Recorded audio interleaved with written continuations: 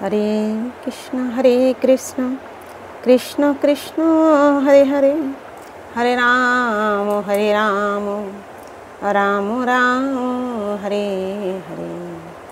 গুরু ব্রহ্মা গুরু বিষ্ণু গুরুদেব মহেশ্বর, গুরু সাক্ষাৎ পরম ব্রহ্ম তস্मै শ্রী গুরবে নমঃ। ব্রহ্মণ্য দেবায় গো ব্রহ্মণ হিতায় চ জগদ্ধিতায় শ্রীকৃষ্ণায় গোবিন্দায় নমঃ।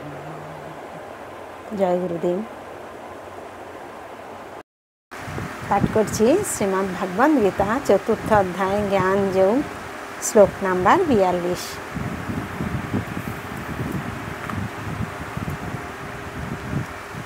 এবং এটি জ্ঞান যোগ নামক ভক্তি বেদান্ত শেষ শ্লোক।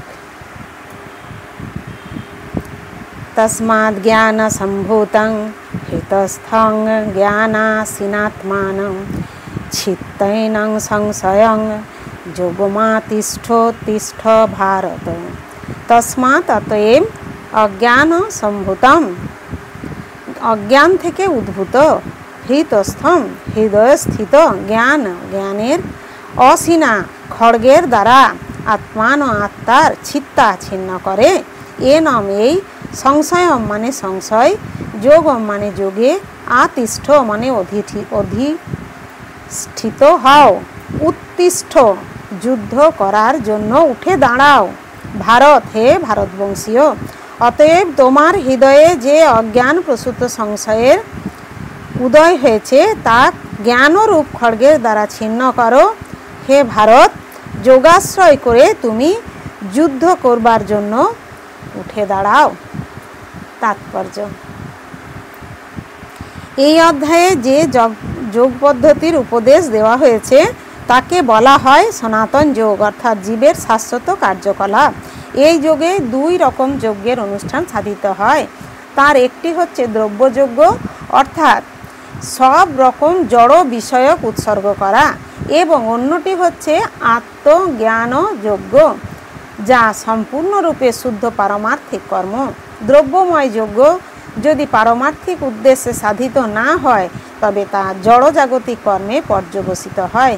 কিন্তু এই যজ্ঞ যদি পরমার্থ সাধন করার জন্য অর্থাৎ কৃষ্ণ ভাবনায় ভাবিত হয়ে সাধিত হয় তবে তা সর্বাঙ্গীন পূর্ণতা প্রাপ্ত হয়। পারমার্থিক কর্ম দুটি ভাগে বিভক্ত: নিজের স্বরূপকে উপলব্ধি করা এবং পরমেশ্বর ভগবানের প্রকৃত তত্ত্ব উপলব্ধি করা। ভগবদ্গীতার যথার্থ জ্ঞান অনুসরণ করলে এই দুটি গুরুত্বপূর্ণ পারমার্থিক তত্ত্বকে অনায়াসে উপলব্ধি করা যায়।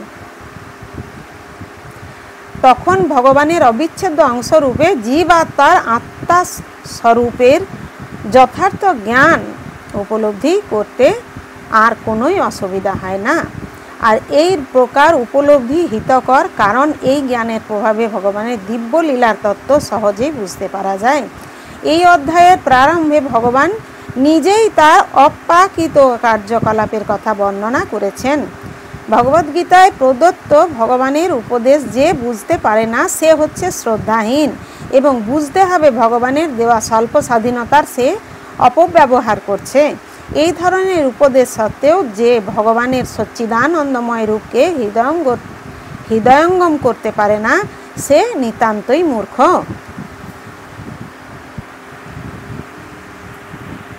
কৃষ্ণ ভাবনামৃতে সিদ্ধান্ত ক্রমান্বয়ে গ্রহণ করতে থাকলে অজ্ঞানতা দূর করা যায়। দেবযজ্ঞ, ব্রহ্মযজ্ঞ, ব্রহ্মচর্য যজ্ঞ, গৃহস্থ যজ্ঞ, ইন্দ্রিয়াণি গ্রহযজ্ঞ, যোগাভ্যাস যজ্ঞ, তপযজ্ঞ, দ্রব্যযজ্ঞ, স্বাধ্যায় যজ্ঞের অনুষ্ঠান এবং বর্ণাশ্রম ধর্ম আচরণের দ্বারা অন্তরে কৃষ্ণ ভাবনামৃতের বিকাশ হয়। এই সব কটিকেই বলা হয় যজ্ঞ, এবং এগুলি সবই নিয়ন্ত্রিত কর্মের ভিত্তির উপর প্রতিষ্ঠিত। কিন্তু এই সমস্ত ক্রিয়ার মুখ্য উদ্দেশ্যটি হচ্ছে আত্মোপলব্ধি। যিনি এই উদ্দেশ্যের অনুসন্ধান করেন তিনি হচ্ছেন ভগবদ্গীতার যথার্থ শিষ্য। কিন্তু শ্রীকৃষ্ণের পরমেশ্বরত্ব সম্বন্ধে যার মনে সংশয় আছে সে অধঃপতিত হয়। তাই উপদেশ দেওয়া হয়েছে যথার্থ সদ্গুরু শ্রীচরণে আত্মসমর্পণ করে এবং তার সেবায় নিয়োজিত হয়ে তার কাছ থেকে ভগবদ্গীতা বা অন্যান্য শাস্ত্রের শিক্ষা লাভ করা উচিত। সৃষ্টির আদি থেকে যে জ্ঞান গুরু শিষ্য পরম্পরায় পরার ধারায় প্রবাহিত হয়ে আসছে তা আহরণ করতে হয় পরম্পরার ধারায় অধিষ্ঠিত সদ্গুরুর কাছ থেকে। কোটি কোটি বছর আগে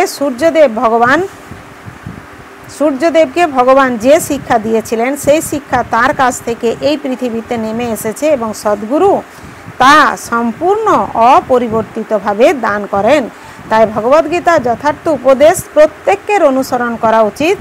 ভগবদ্গীতারই প্রদত্ত পন্থা অনুসারে যে সমস্ত প্রতারক তাদের স্বার্থ সিদ্ধি করার জন্য ভগবদ্গীতার কদার্থ করে মানুষকে বিপথে চালিত করে তাদের সম্বন্ধে সাবধান হওয়াই মানুষের কর্তব্য।